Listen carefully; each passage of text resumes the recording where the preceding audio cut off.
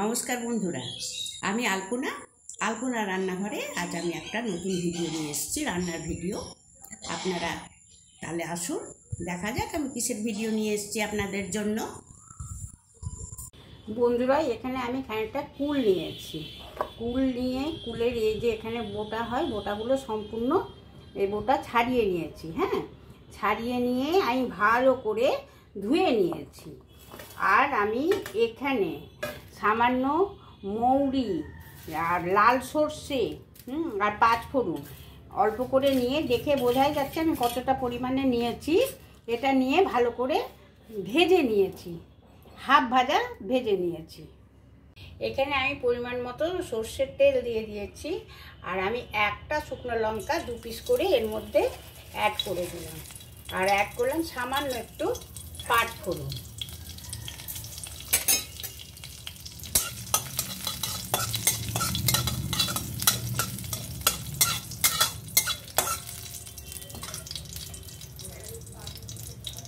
একটু গ্যাসের ফ্লেমটা বাড়িয়ে দিলাম, একদম সিম করা ছিল।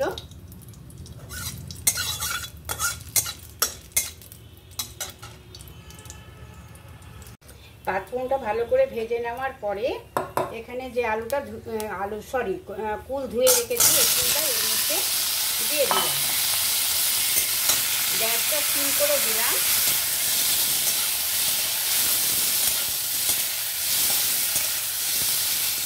এটা চাপা দিয়ে সামান্য একটু ভেজে নেব। সামান্য নাড়াচাড়ার পরে এবারে আমি এই 1 কাপ জল এর মধ্যে অ্যাড করে দিই।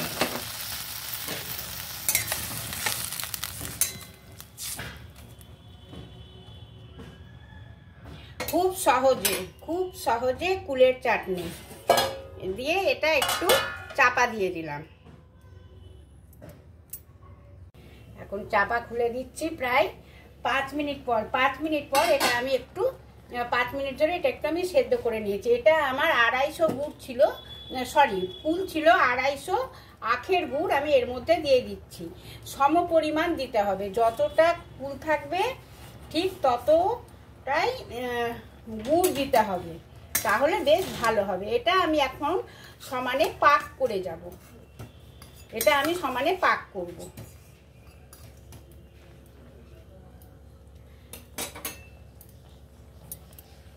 আমি দেব সামান্য পরিমাণ হলুদ গুঁড়ো এর মধ্যে অ্যাড করে দিলাম। আর দিলাম পরিমাণ মতো নুন। খুব বেশি চড়া নুন কিন্তু হবে না, একটু মিষ্টিটাই বেশি থাকবে। এটা এবারে শুধু পাক করে যাব।